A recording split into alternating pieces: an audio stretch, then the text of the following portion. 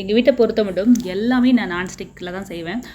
என்னென்னா நான்ஸ்டிக்கில் சமைக்கும்போது அப்படியே மனசுக்கு இதமாக இருக்கும். ஸோ அப்பளம் பொரிக்கிறதுலேருந்து, மீன் பொரிக்கிறதுலேருந்து, குழம்பு வைக்கிறதுலேருந்து எல்லாமே நான்ஸ்டிக் தான். ஸோ வந்துட்டு யூடியூப்பில் ஆளாளுக்கு ஒன்று சொல்லுவாங்கனாலும் இந்த நான்ஸ்டிக் டவாவில் நம்ம வந்துட்டு சமைக்கிறத பொறுத்த மட்டும் எல்லா யூடியூப் சேனல்ஸ் அண்ட் டாக்டர் சஜஸ்ட்னு என்னென்னா கேன்சர் வரும், இந்த நான்ஸ்டிக் பாத்திரங்கள் நீங்கள் தொடர்ந்து சமைக்கிறது மூலமாக உங்களுக்கு கேன்சர் வரும் அப்படின்ற மாதிரி சொல்கிறாங்க. இங்கே பாருங்கள், நான் சமைச்ச பாத்திரங்கள் அத்தனையுமே நான் சில்வர் ஸ்பூனெல்லாம் யூஸ் பண்ணவே மாட்டேன். ஃபுல்லாக மர ஆப்பைகள் தான் யூஸ் பண்ணுவேன். அப்படி இருந்துமே ஃபுல்லாக இங்கே பாருங்கள் நிலா மாதிரி உறிஞ்சி தொலியெல்லாம் உறிஞ்சி இந்த இட்டாலியம்லாம் எங்கே போயிருக்கோம், நம்ம வயிற்றுக்குள்ளே தானே போயிருக்கோம். ஸோ வந்து இப்போல்லாம் கேன்சர் எல்லாம் ட்ரெண்டிங் ஆகிட்டு இருக்கிற ஒரு தருணம். இந்த தருணத்தில் நம்ம நான்ஸ்டிக் பேனில் வந்து தொடர்ந்து சமைச்சு சாப்பிட்டுட்டு இருந்தோம்னா நான்ஸ்டிக் பாத்திரங்களில் நமக்கு கேன்சரை தவிர வேறு எதுவுமே வராதுன்னு தான் எல்லாருமே சஜஷன் பண்ணுறாங்க. ஸோ நம்ம ஒவ்வொரு வாட்டி ஷாப்பிங் போகும்போதும் நிறைய நம்ம வந்துட்டு வாங்குகிறோம். அதுக்கு வந்து யூஸ்ஃபுல்லான ஏதாவது திங்ஸ் வாங்கலான்னு சொல்லிட்டு ஒரு அலுமினிய சட்டி, அடிகனமான ஒரு எவர் சில்வர் பாத்திரம், அப்புறம் சீசனிங் செய்யப்பட்ட ஒரு இரும்பு பாத்திரம் எல்லாமே வாங்கினேன். 1000 ரூபாய்க்குள்ளே தான் வந்தது. இல்லை, அலுமினிய பாத்திரத்தை பொறுத்த வரைக்கும் நீங்கள் வந்துட்டு சீசனிங்லாம் செய்ய தேவையில்லை, கழுவிட்டு அப்படியே யூஸ் பண்ணிக்கலாம். சிறுபருப்பு சாம்பார் ரெடி ஆகிட்டு இருக்குது. இந்த பக்கம் நம்ம சீசனிங் செய்யப்பட்ட அந்த இரும்பு கடாயில் வந்து நம்ம வந்து சிக்கன் கிரேவி வைக்கலாம் அப்படின்ட்டு முடிவு இருக்குது. இன்றைக்கி சமைச்சு பார்க்கலாம் அப்படின்ட்டு இன்னையிலேருந்து நம்ம மாற்றத்தை கொண்டு வருவோம் அப்படின்னு முடிவு பண்ணியாச்சு.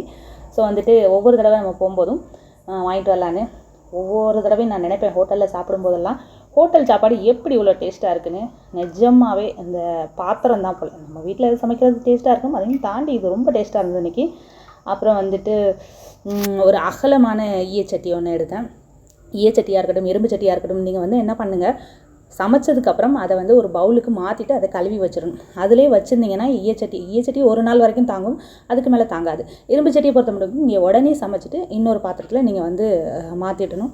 இது எல்லாமே 1000 ரூபாய்க்கு கம்மியாக. நம்ம ஒவ்வொரு தடவை போகும்போது எப்படியும் நான் 1500 ரூபா 2000 ரூபாய்க்கு டாப்ஸ் அது எதுன்னு வாங்கி செலவழிப்பேன். இது சீசனிங் செய்யப்படாத இரும்பு சட்டி. இது விலை கம்மி தான், 150 ரூபா தான். பொன்னையா நடாரன் சன்ஸில் வாங்கினேன் திருநெல்வேலியில், 150 ரூபா தான் இது சீசனிங் செய்யப்பட்டது. சீசனிங் செய்யப்பட்டதுனால நம்ம ஒரு தடவை சமைச்ச உடனே எப்படி ஆகிடுச்சின்னு பாருங்கள், அப்படியே துரு பிடிச்ச மாதிரி ஆகும். இதிலலாம் எண்ணெய் தடவி வைக்கணும். க்ளீன் பண்ணும்போது சோப்பு போட்டு க்ளீன் பண்ணக்கூடாது. நம்ம உப்பு லைட்டாக உப்பு போட்டு கொஞ்சம் மைல்டான ஸ்க்ரப் வச்சு அப்படியே க்ளீன் பண்ணி எடுக்கணும்.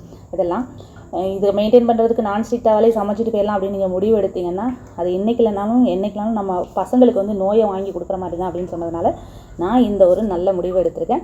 நீங்களும் ஒவ்வொரு தடவை போகும்போதும் ஷாப்பிங் போகும்போதும் காசை வேஸ்ட் பண்ணுறவங்களா இருந்தீங்கன்னா நிச்சயமாக இந்த மாதிரி யூஸ்ஃபுல்லான ப்ராடக்ட் வாங்கி போடுங்க. நிச்சயமாக இது வந்து பசங்களுக்கு ஆரோக்கியத்தை கொடுக்கும். கொஞ்சம் மெயின்டெனன்ஸ் வந்து அதிகம் தான், அதை பற்றி ஒன்றும் பிரச்சனை இல்லை.